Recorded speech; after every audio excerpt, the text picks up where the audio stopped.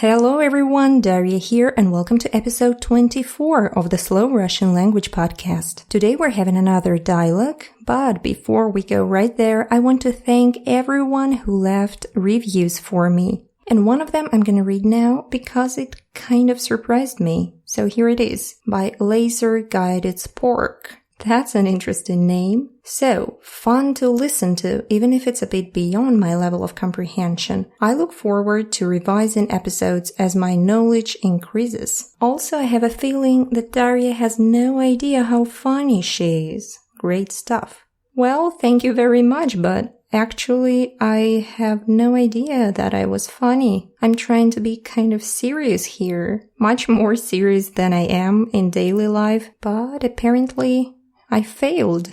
Anyways, thank you very much, guys, for your reviews. They mean a lot to me and I really appreciate it. So thank you very much. Today we're having a dialogue about Russian food. I already made an episode about Russian cuisine, but there it was more traditional. I mean, how it's supposed to be in a traditional Russian culture. So let's listen to the dialogue and then I'll read it slowly and translate it. Here we go. У меня была тема про то, что традиционно русские люди едят там всякую всячину, и что там в хлеб вместо тарелок, и что нельзя за столом смеяться. Наверняка всем интереснее, как на самом деле.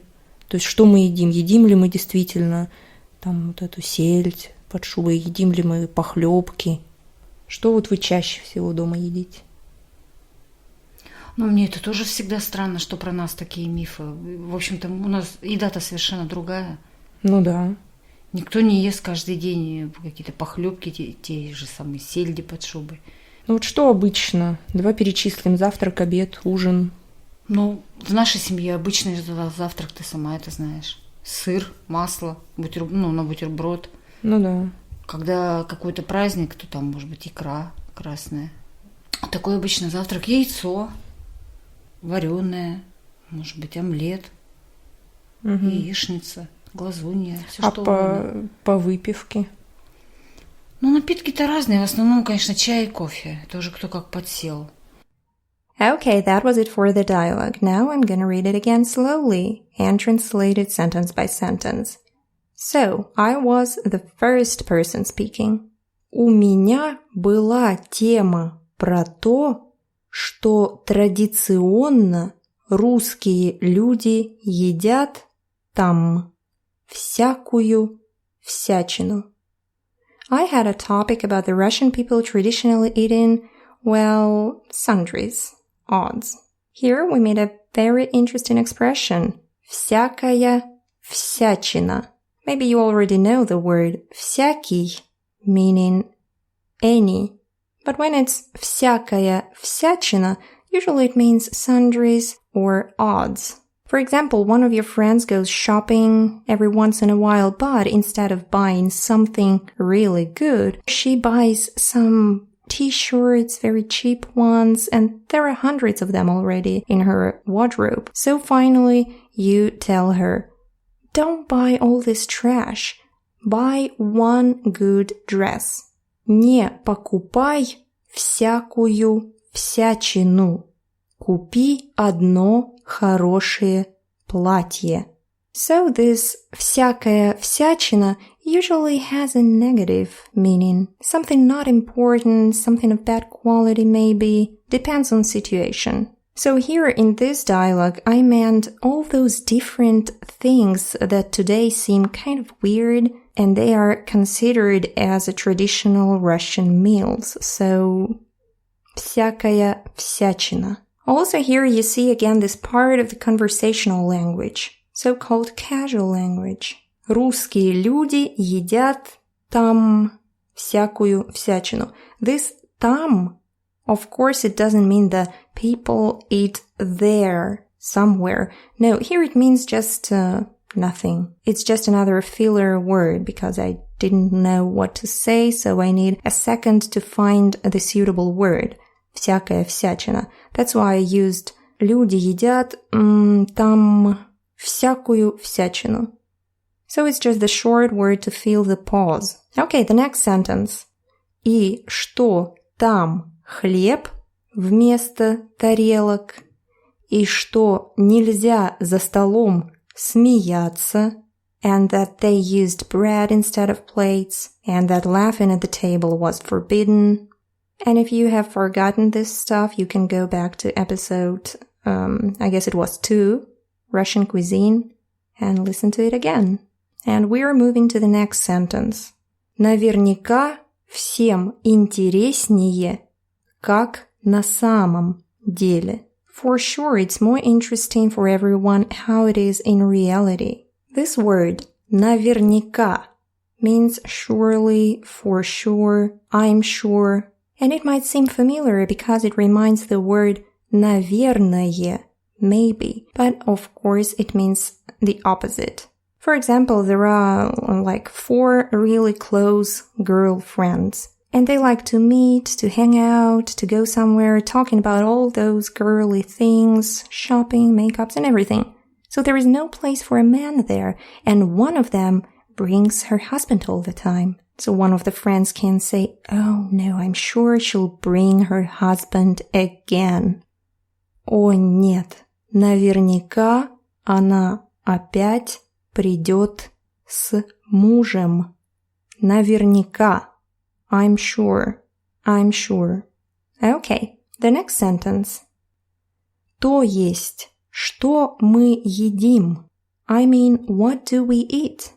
This word то есть means something like I mean this or that. When you were speaking about something and then you kind of summarize everything you were saying and you say то есть and blah blah blah blah blah something else. For example, imagine that you invited some person to a date and he or she is trying to find an excuse to not go. Something like, oh, I really want to go so much, but I have so much work. I suddenly broke my, leg. I need to feed my cat hundreds times per day. And you are tired of listening to that and you just say, so you are not coming, okay? It was enough to say just that. I'm not going. I don't want to go. So in Russian you would say «То есть ты не придешь». То есть тебя не ждать. This «то есть». Okay, I hope you got it. Kind of a complicated explanation, I'm sorry. And the next sentence. Едим ли мы действительно там? Вот эту сельдь под шубой. Едим ли мы похлёбки? Do we really eat that dressed herring? Do we eat pottages? And this sentence, it's just terrible for translating because it's so conversational. All those filler words again. Едим ли мы действительно там? Again, там. You don't translate this word. It's just a filler. Then I say, вот эту сельдь под шубой. And this вот эту, it doesn't mean exactly this dressed herring. No. It's just part of daily life speech. You don't translate it. Едим ли мы похлёбки? Do we eat pottages? The word похлёбка is kind of old Russian. It's some kind of a soup, but we don't use this word today. But in traditional Russian cuisine, it was called похлёбка, some thick soup. For example, in that fairy tale about Masha and the 3 bears, in their plates there was похлёбка. Okay, the next sentence. Что вот вы чаще всего дома едите? For example, what do you usually eat at home? And again, this word вот. Что вот вы? Here with this word, I was trying to emphasize you. What do you eat in your home? And finally, my mom got a chance to say something, and she replied, «Ну, мне это тоже всегда странно, что про нас такие мифы». For me, all those myths about us are always strange too. And again, she starts the sentence with «ну». «Ну, мне это тоже всегда странно». And we talked about this «ну» many times. I guess in every episode with the dialogue I mentioned this, that in daily life, in our conversation, we use it a lot, especially in the beginning of the sentence. It's not very good, and if you want to speak perfect Russian, you should avoid it, but 99% of people do that. Okay, the next sentence. В общем-то, у нас еда совершенно другая. Generally, our food is completely different. Совершенно другая. Completely different. And I agree with her. Ну да. Again, this ну да is just like yes, right, just to show that you are listening to another person. And then she continued. Никто не ест каждый день какие-то похлёбки, те же самые сельди под шубой. Nobody eats some pottages or dressed herrings every day. Те же самые сельди под шубой. First, сельдь под шубой, if you forgot, literally means a herring under a coat, and it's one of the most popular Russian salads. First goes the fish, then onion, carrots, potatoes, and beetroots. Everything is boiled, of course, and lots of mayonnaise. Not sure how to pronounce it. It's very delicious, but for non-Russians, it's kind of weird. So here she says, те же самые сельди под шубой. Literally, this те же самые сельди translates as those very same herrings every day. And of course, it's not correct because you can't eat the same herring every day again and again. Well, maybe some people can eat the same herring for a month, but not most of them. So here it means something different. Here it means just, for example, we already talked about this expression when we discussed foreigners with their accents. And I was saying, тот же грузин говорит с акцентом. For example, Georgians have their own accent. Тот же. So here it means, for example, dress herrings. Okay, the next sentence. I was asking there, ну вот что обычно? Давай перечислим завтрак, обед и ужин. But what is it usually? Let's make a list for breakfast, lunch, and dinner. Давай перечислим. Let's make a list. So it's the verb перечислять. Also, it's a very common verb with money. For example, when you put some money to your bank account, you will say «Я перечислил деньги на счет». Or maybe you finally got your salary. Мне перечислили зарплату. But also it means to count something, to make a list of something. And here by this «давай перечислим завтрак, обед и ужин», I was just asking her to tell me what she was eating on breakfast, lunch and dinner, meal by meal. And then she replied, «Ну, в нашей семье обычный завтрак ты сама знаешь. Сыр, масло, ну, на бутерброд». Well, in our family, you know, the common breakfast is cheese, butter on bread. And here is the very common word, Butterbrot. It comes from German, Butter und Brot. I love German. And it means bread and butter, obviously. So we don't call it sandwiches. Usually we say бутерброды. Бутерброд.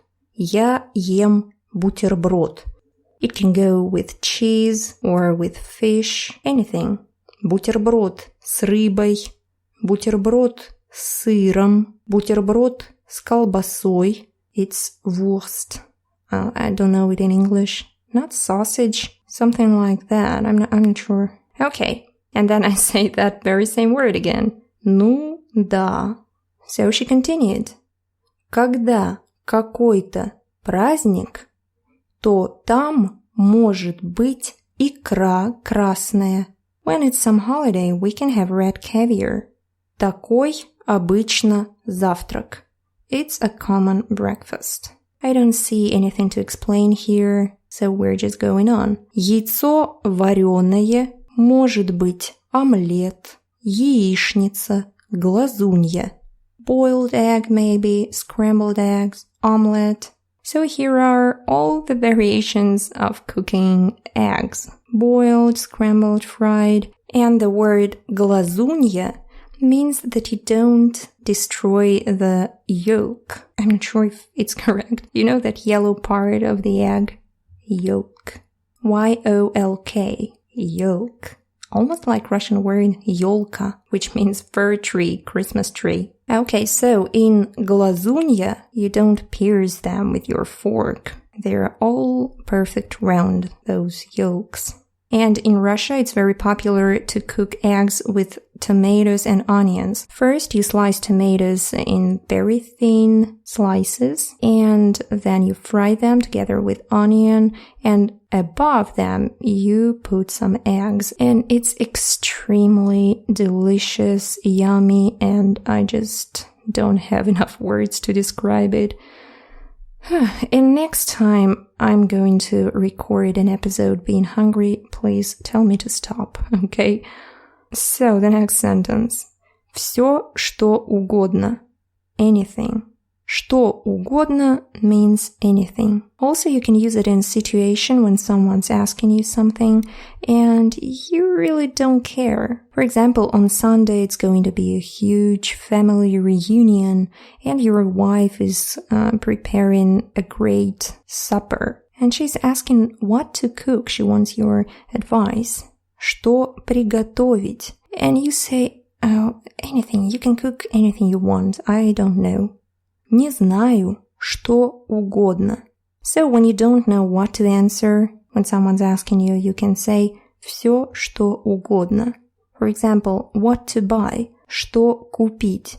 I don't know. Что угодно. Okay, and I asked her the last question. А по выпивке? What about drinks? And this word выпивка means alcohol. Выпивка. Because just drinks in general, it's напитки. But when it's alcohol, we usually say выпивка. Алкогольные напитки. But for some reason, my mom didn't understand me. So it's kind of obvious here who is a wino and who is a normal person. Because she starts to speak about tea and coffee, and I was wondering about alcohol, of course. So she replies, ну, напитки-то разные. Drinks are different. В основном это чай и кофе. Mostly tea and coffee. Это уж кто как подсел. Depends on what you like. Подсесть на что-то means to get addicted to something. For example, to video games. You play and play and play those video games. It means подсесть на видеоигры. Я подсел на видеоигры. Or maybe drugs. Я подсел на героин. Which is terrible. Terrible news for everyone. Or like here, just coffee. Подсесть на кофе. It means I like coffee very much. I drink coffee every day. I can't imagine my day without coffee. So that was it for the dialogue. Don't forget that if you're interested in anything about Russia in particular, you can always let me know and I'll make another episode about it. You can find me on realrussianclub@gmail.com. Okay, thank you very much for listening and I hope to see you in the next episode of the Slow Russian Language Podcast. Bye-bye!